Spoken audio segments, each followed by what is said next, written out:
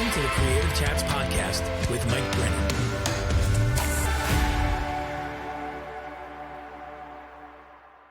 Welcome, friends, to another episode of Creative Chats. It's the podcast for artists, makers, creative thinkers, where we talk about creativity, the creative process, and how to creatively stay alive. I'm your host, Mike Brennan. You can check out my work on my website, which is mikebrennan.me. Now, you may be wondering, where have you been? I mean, if you're a longtime listener, the last episode that I released was about 6 months ago, maybe a little bit more than that. Well, I need to address the elephant in the room here. So my intention was not just to fall off the face of the earth, which it seems like I did, but actually I had something happen to me in November, and I'm going to share that with you here.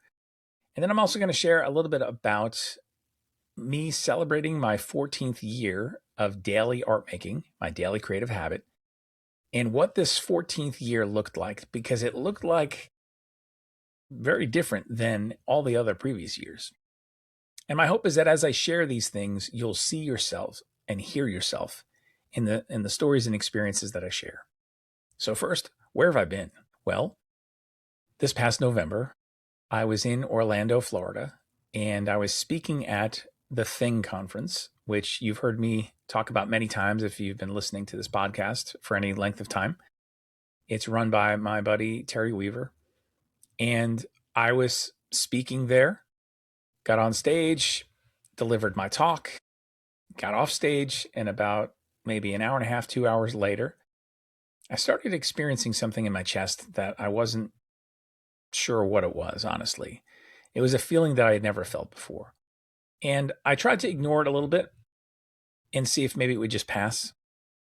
I was wondering if it was anxiety. I was wondering if it was maybe something I ate for lunch that was aggravating me, but it wouldn't go away. And so I grabbed my friend Ian, who has had some heart complications in the past. And I asked him, hey, how do you know if you're having a heart attack?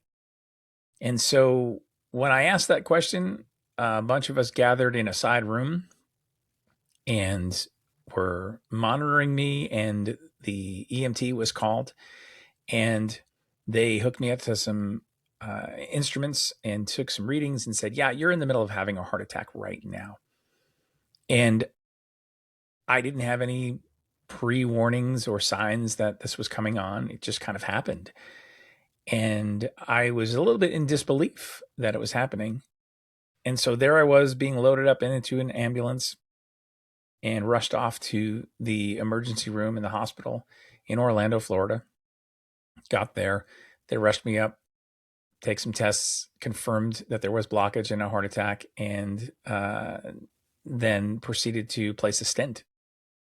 This was a whirlwind of an event that happened, and they kept me in the hospital for a few days. And of course, when something like this happens to you, you pause because you have to. It's your body saying, hey, if you're not going to listen, then I'm going to make sure that you have to listen. And that was that moment for me where, lying in a hospital bed, thinking about my life, thinking about creativity, thinking about relationships, thinking about everything, suddenly everything is called into question.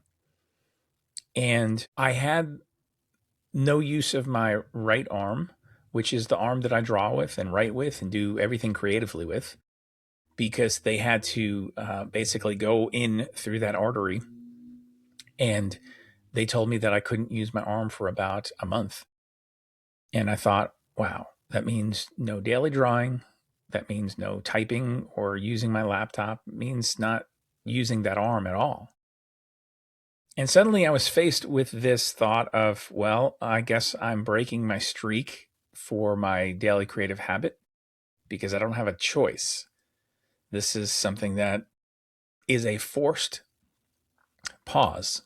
And along with that forced pause, I had to adjust to some new medications and, of course, heal.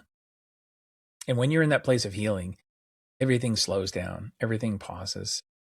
And I just let some balls drop and said, uh, we've been shaking the snow globe with activity, with creative activity for the past 10 years.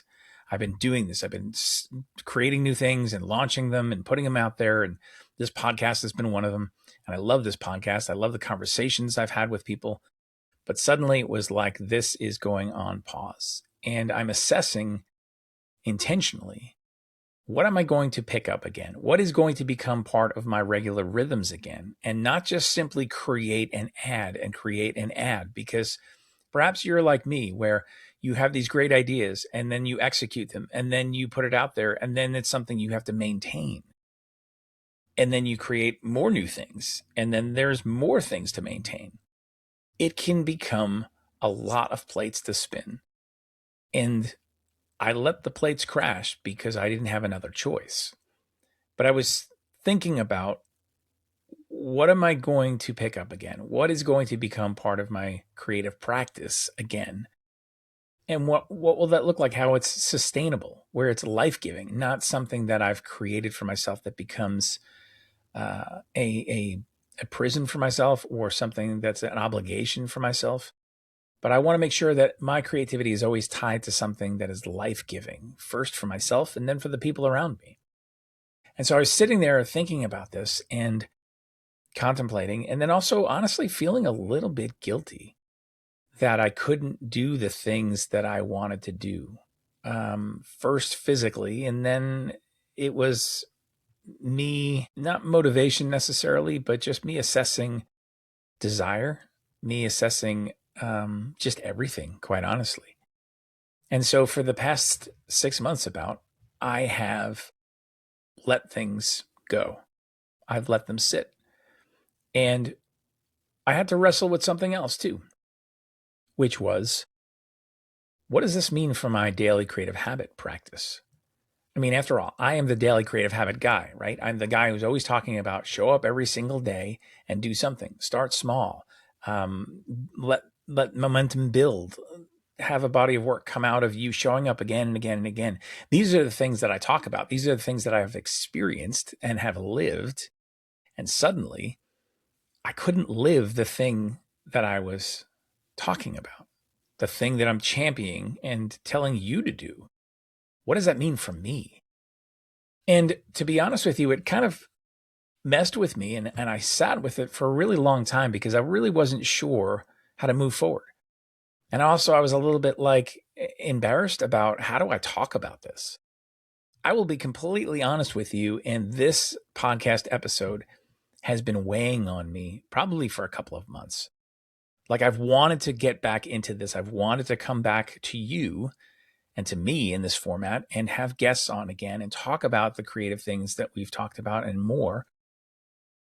But I didn't want to do it in such a way where I'm like, I don't know what place this holds anymore in my regular rhythms. And I was embarrassed because it's been so long. And I had to really deal with that internally first and realize it's okay. It's okay to have seasons where you can't show up. And it's not because desire isn't there. It's not because materials are scarce. It's not because of anything else other than sometimes you're in a season where life just sidelines you, and for good reason. And there are times when we need to pause, when maybe we wouldn't pause because we've been so frenetic in our activity that we don't allow ourselves the pause because we've told ourselves, my work is too important. And who am I apart from my work? Which is a deeper question, which can sting if you sit with it long enough and realize that you've tied a bunch of your identity to you being a performer, you being an achiever, you being a creator. And what happens when you can't do that? What does that mean about you as a person? Those are some pretty deep questions. And trust me, I had lots of time and space to ponder those things. And for me, coming back to this podcast, I don't know what it's going to look like moving forward. It probably isn't going to be a weekly drop every Wednesday. It might be every other week. I'm still figuring some of those things out, if I'm being completely honest with you right now. And that is always my goal, by the way. And so I'm letting it be a little messy right now. I'm letting it be a little unresolved. And even though there's some tension in the air for me of going, I don't have a solid plan or pathway moving forward in what this will actually look like. I know that I enjoy this. I know that I love this. I know that I love connecting with you all in this way, in this medium. And I do want to return to it, but I want to return to it in a way that is sustainable and doesn't become something else that is a spinning plate. And so, not sure what comes next, honestly. But I did want to have this time with you and just have this little heart to heart fireside chat with you and just share with you some things that have been on my heart, on my mind, some things that have been happening. Because so many of you have been listening for many years, or you've known me for many years, or maybe you've just gotten introduced to this and you're like, whoa, dude, this is heavy out of the gate. This is who I am right now. This is part of my creativity. And creativity doesn't always look like win after win after win. And it doesn't always look like something that's perfect, which leads me to my next point of me celebrating my 14th year of my daily creative habit practice. It just happened a week ago, this month, April. And I was not sure how I was going to talk about that either. Because when the anniversary hit of 14th year,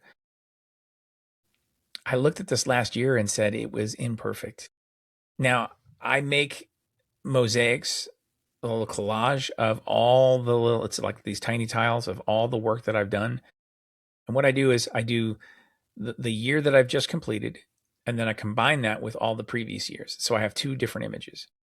And as I looked at year 14 in its entirety, there were a lot of gaps. It did not add up to 365 pieces. It was less than that. And I had to be okay with that. And as I looked at it, I saw a lot of room and I had a choice to make.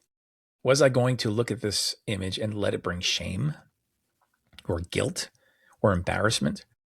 Or was I going to be proud of the days that I actually still did show up? And it's not that I didn't show up because I lost interest or because I didn't desire to anymore. Again, it was really more. Two instances happened last year. One was a kind of a burnout moment in the middle of summer, and the other was this heart attack that happened.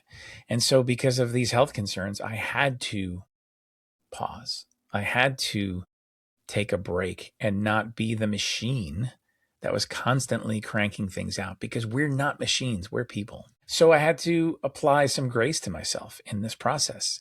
And as I looked at these images that I had created and put it together with all last year, and my conclusion was, it's not perfect. And that's not the point.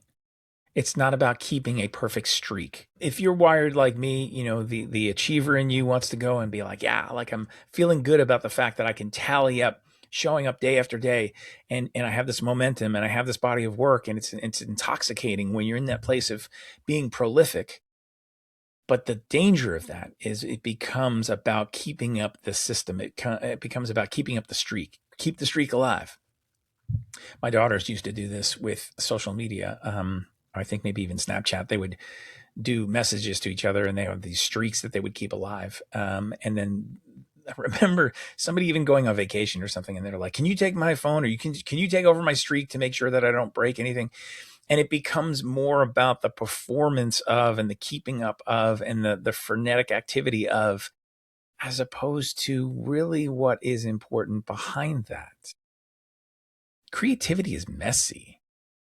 Creativity ebbs and flows, and it's really more about practice than it is about perfection. And practice means you just show up however you can, and you keep showing up. And some days you're going to hit it out of the park, and other days you're going to feel like you get hit by a truck. That's all part of the experience. And it's embracing that. It's learning to dance with your creativity in such a way that it keeps it alive. And there's space, there's room. Coming back to your creativity as a practice is something very different than coming to perfect a streak, to make sure that you've ticked the box to say, I did today's, great. Because let's be honest, when you're in that mode of trying to keep a streak alive, you can phone it in. You can get lazy. You can do some work that isn't your best work because you're simply just trying to show up and do something, right? Like you're falling into the same patterns, you're using the same colors, you're exercising the same creative muscles, but you're not really growing into anything. You're just kind of maintaining. You're just kind of, again, there's no new ground being broken there. And not that new ground has to be broken all the time, but again, it really is about this practice of showing up and going, what am I able to do? And knowing yourself enough so that you're not giving excuses. You're not giving yourself an out to say, well, it's okay if I don't do today and then tomorrow and the next. And then all of a sudden that becomes your new habit of just not showing up. That's the one side of it where you give yourself too many outs. I think most of us probably live in that category of not having the consistency, not having the habit formed and the momentum and the benefit of the momentum being creating prolific work and then being able to do some more things with that work, giving you opportunities, maybe tying it to some products or resources or income, whatever that may look like. But then the other side of that is you're driving yourself into the ground like a machine. There is no space. There is no margin. There is no pause. There is no grace for missing a day. And if you take the time to dig underneath and ask the harder questions of what is that really about? What is that I believe about myself that makes me perform like that? And where do I need to change some of the narrative with myself and my relationship with my creativity? And this is a highly personal and individual thing. No one can answer this question for you. It's you figuring that out. And also you making some mistakes. Like if you were to tell me that my 14th year would have looked like what it looked like with health concerns and gaps in my creativity and some struggle, I would have been like, I've been hitting it out of the park. I've been doing it. I've been showing up strong for years, 13 years. And what I realized was that I needed this year 14. I needed it as a reminder to myself to be okay with the pause, to be okay with the practice over perfection, to be okay to still see progress even when I'm resting, even when I'm using my creativity in a different way where I'm not necessarily executing something with my hands, but perhaps my mind is still thinking about creative problems that I'm solving. Or even if the creative problem that I'm trying to solve is how do I show up for my creative practice when I can't physically do anything? I share all these things because I hope that, again, my experiences might speak to you. That maybe if you're in a season where you can't do something and it's frustrating you, that you treat yourself with a little bit more grace and understanding and patience.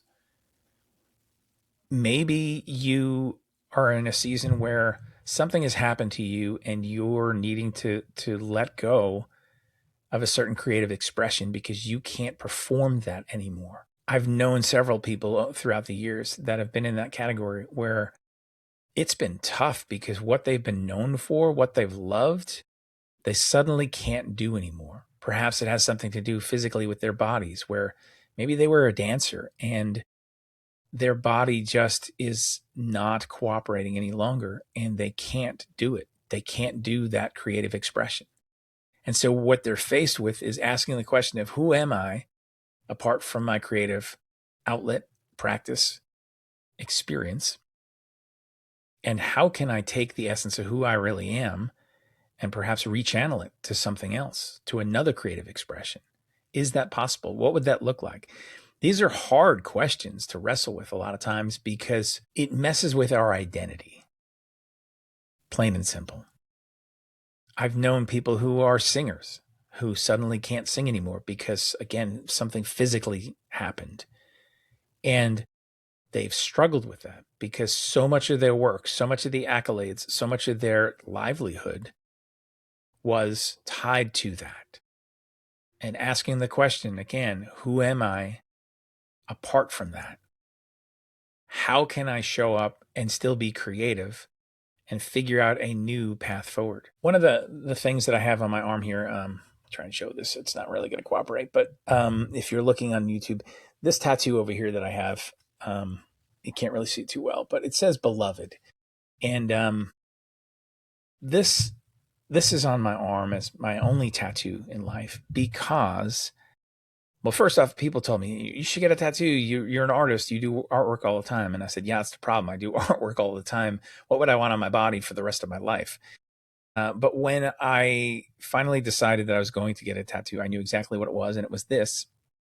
And it's beloved written in my handwriting, all capital letters, exclamation point, underlined, and there's a crown above it. And it's a very layered tattoo with meaning, which I won't get into all of it right now. But that name beloved is my true identity. And I don't make any presumptions on your belief system or not. I'm just simply going to share something personal to me, and you can take it or leave it. I believe that I'm a child of God. That's who I really am. And that when God calls me, he doesn't call me Mike. He calls me beloved. That's my name. That's who I really am. And so that's why I wanted that tattoo on my body. And also it's on my right forearm because that's the arm that's the hand that I use to create with. And I thought to myself, if I ever lose that ability to do that creative outlet, exercise, expression, I don't lose who I am. I am still beloved. I am still child of God. I am still that creative voice and power, and it will come out in other ways. And it does, by the way. My creativity has grown and morphed, evolved, and has included more things over time because it comes from my voice. It comes from me. It comes from my perspective, the way that I experience and see life and share life. So this tattoo is there, and little did I know that I would have to actually be staring at that tattoo, reminding me, hey, you're beloved. You can't use your right arm, your right hand for an entire month. The thing that you usually lean into and lean on, you can no longer do, even though it was just a season. It was a stark reminder to me in that moment. Do you really believe this? Is this really true? Can you really live this out? And that's what I had to lean into. That's what I continue to lean into day after day after day. So my year 14 makes sense that it wasn't perfect because it didn't need to be. And quite honestly, the previous years didn't need to be. I'm glad that they were what they were, and I let them be what they were. But it's an open-handedness. It's a realization that the practice is the thing. That's the thing that keeps you creatively alive. It's not the streak. It's not perfection. It's not forcing yourself into something.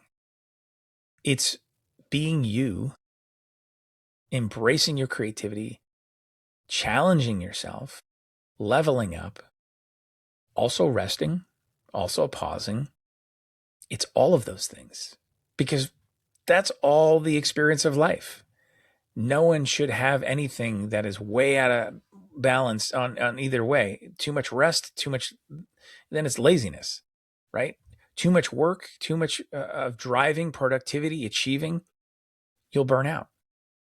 It's the balance. It's the practice of showing up for yourself, choosing your creativity, and saying, today I'm going to have opportunity to create something. And I get to decide what that something looks like. I get to decide what the process looks like. Is it something that is intense and dialed in and very prolific?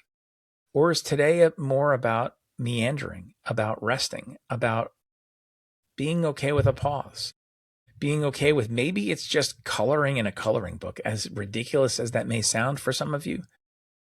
I remember having that experience last year where I was coloring something in, and it was during an event. And I thought to myself, I don't remember the last time I just colored something in. I always had to be a part of the whole creation process, right? Like come up with the idea, the concept, and then draw it out or sketch or whatever it was, creating it from scratch, so to speak, from beginning to end, and having to make all the decisions and be a part of all the creation process from concept to execution at the end. I had to be in all of that stuff. And yet here I was coloring in a coloring book, and I'm like, the only decision I'm making is what color do I want to use next? And it was very telling to me, and also kind of freeing in a lot of ways, because I had taken one piece of something that I normally do as a larger process, isolated it, and gave myself room to play in that part of the process. I don't know where you are today, friend, what you're dealing with, what you're struggling with. I don't know if you continue to feel like consistency eludes you in your creative practice. Perhaps you are in a season where you need to push yourself harder, and that's okay.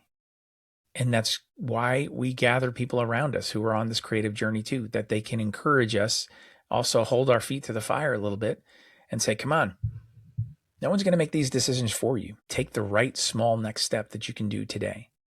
Or maybe you're in a season where you're not able to show up and you need grace for yourself. You need to embrace the pause. You need to embrace the messiness, imperfection of your process, as well as the lack of work that you're experiencing right now, because you simply can't do it. But also not staying stuck there, not moving into a place that you're meant to move through. You get to decide what that looks like today. You get to engage with yourself. Ask the hard questions. Surround yourself with people who are rooting for you, who are on the journey, who are honest about their own journey.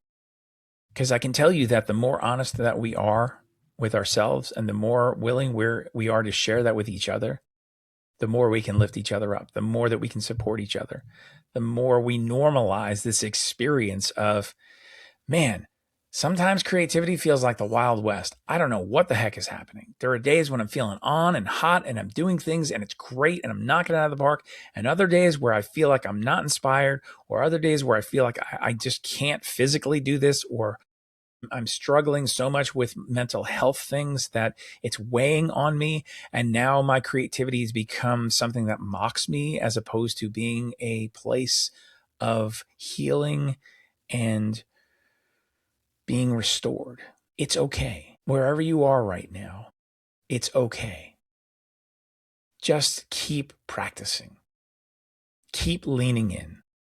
Don't fall into the trap that I fall into sometimes, which is thinking my current reality is the only reality, because we are constantly growing and changing and evolving. And so is our creativity. As long as we're engaged with it, as long as we are challenging ourselves, as long as we are examining it, as long as we are making space for it and sometimes space from it. So today I'm back, sort of. I'm back for right now. And moving forward, I'll be back. I know you just heard that Arnold Schwarzenegger, Terminator. You're welcome for that. I'm not going to do my impression. I'll respect Arnold. But I'll be back again and again, because it's a practice. And this podcast will be something that continues to grow and evolve as well. And I will have more conversations with guests. I will have more thoughts to share. And I'll figure out exactly what that looks like. I'm not committing to that in this moment because I feel like I can't. And I'm giving myself the ability and space to say that that's okay. So that was my year 14. That's what's been happening with me for the last 6 months. It's me showing up raw, messy, but coming back again and again and again. practicing. It's a living, breathing dance with my creativity. And I want to invite you to have the freedom to do the same. So I hope this has spoken to you somehow. If it has, I would love to hear from you. Drop me a line. Let me know what's happening in your life. How are you engaging with your creativity, or how are you struggling with that? Because again, the more that we talk about it, the more we normalize, the more we can lift each other up and be a true community and not be in competition. Because friends, let me tell you, there is enough. There's enough for everybody. And when you create, we all win. Until next time, thanks, friends.